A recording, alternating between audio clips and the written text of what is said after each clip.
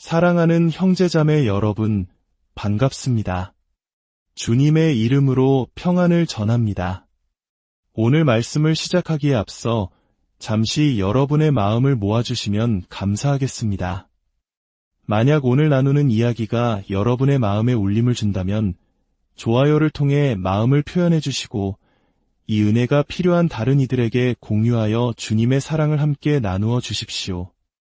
저희 채널을 구독하시는 것은 저희가 계속해서 희망의 메시지를 전하는 데에 큰 힘이 됩니다. 여러분의 삶에 하나님의 크신 축복이 늘 함께 하시기를 기도합니다.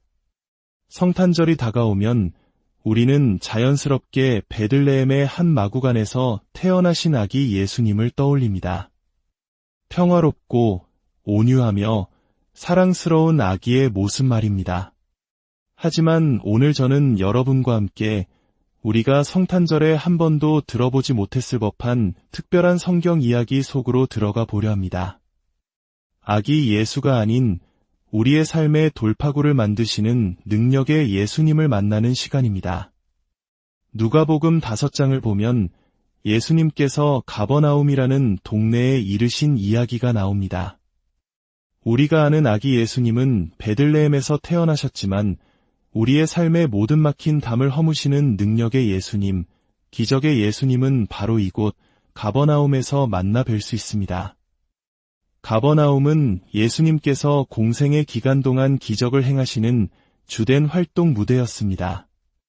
성경은 예수님께서 가버나움의 한 집에 이르셨을 때 그곳에서 말씀을 가르치고 계셨다고 기록합니다. 한번 상상해 보십시오.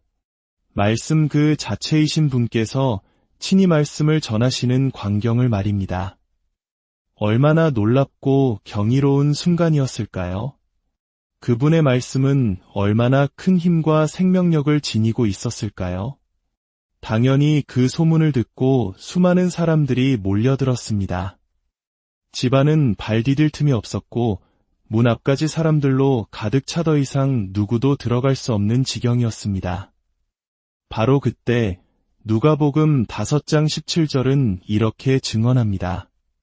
하루는 가르치실 때에 갈릴리의 각 마을과 유대와 예루살렘에서 온 바리새인과 율법교사들이 앉았는데 병을 고치는 주의 능력이 예수와 함께하더라 물론입니다. 주님의 능력이 예수님과 함께하는 것은 당연한 일입니다. 그분은 바로 예수님이시기 때문입니다. 능력은 언제나 임재를 따릅니다. 그분은 인간의 몸을 입고 이 땅에 오신 하나님, 즉 말씀이 육신이 되어 우리 가운데 거하시는 분이셨기에 하나님의 임재가 있는 곳에 하나님의 능력이 나타나는 것은 지극히 당연한 이치입니다. 하나님이 여기 계시니 어떤 일이든 일어날 수 있습니다. 하나님이 여기 계시니 모든 것이 가능합니다.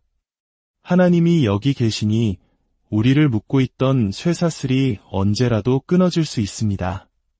하나님이 여기 계시니 마르지 않던 눈물이 멈추고 마음의 기쁨이 샘솟을 수 있습니다. 바로 지금 하나님이 우리와 함께 하시기에 놀라운 일이 일어날 수 있는 것입니다. 그때 18절에 놀라운 장면이 펼쳐집니다.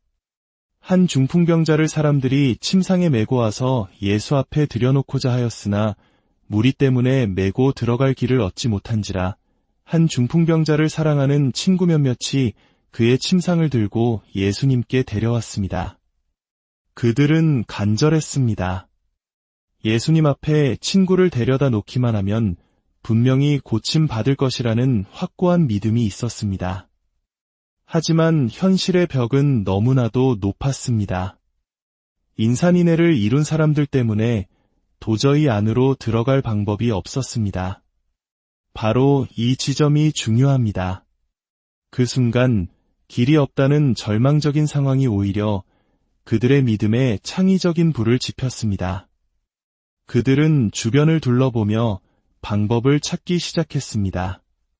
문 앞에서 조는 사람이라도 있는지, 혹시 길을 터줄 만한 사람이라도 있는지 살폈을 것입니다. 하지만 방법이 없었습니다. 그날 그곳에는 아픈 몸을 이끌고 하나님의 아들로부터 기적을 받기 위해 같은 문을 찾았던 사람들이 많았을 것입니다.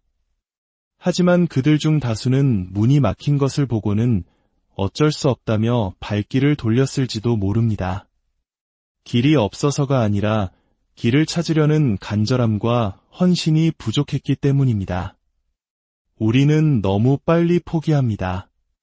너무 쉽게 단념하고 너무 서둘러 집으로 돌아갑니다. 단 한 사람이 그건 어리석은 짓이야라고 말하는 소리에 너무 쉽게 낙심합니다. 하지만 이 친구들은 달랐습니다. 그들은 떠나는 대신 친구를 들어 올렸습니다. 그들은 생각했습니다. 정면으로 뚫고 갈 수 없다면 이로 돌아가자.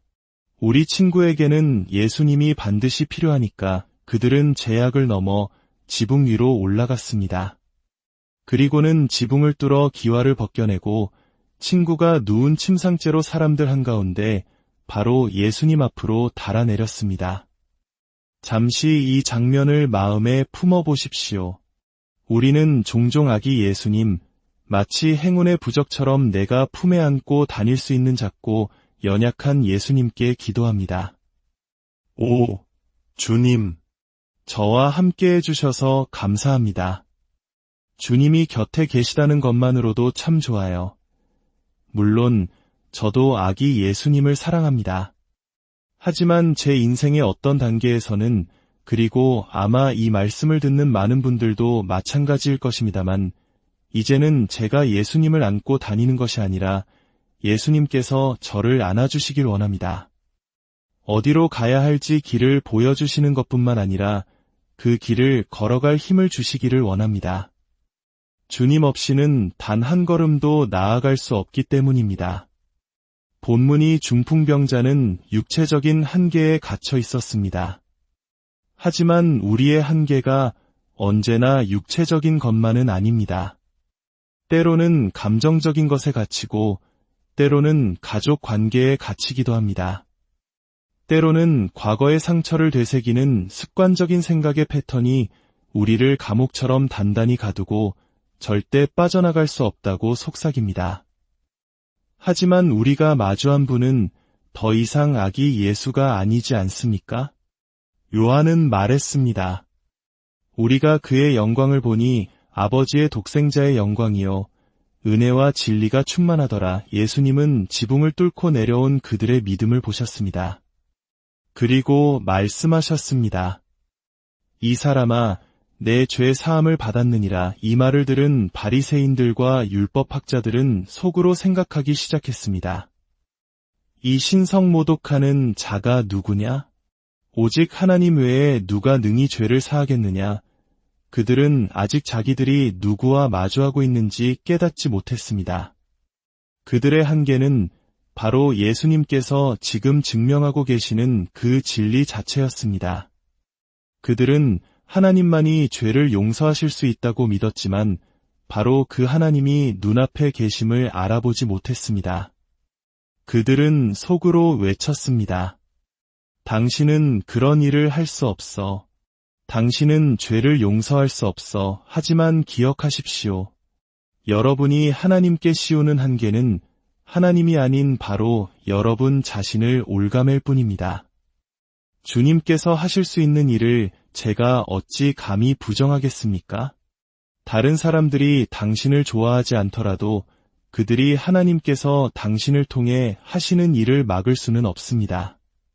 하나님께서 당신을 사용하기 원하시면 그분은 반드시 그렇게 하실 것입니다. 그분은 당신을 용서하시고 깨끗하게 하시며 온전히 구원하실 수 있습니다. 사람들은 예수님께 물었을 겁니다. 당신이 도대체 누구인데? 당신은 그저 목수의 아들이 아니요? 당신 어머니 마리아의 이야기는 아무도 믿지 않는데 당신이 누구라고 생각하는 거요?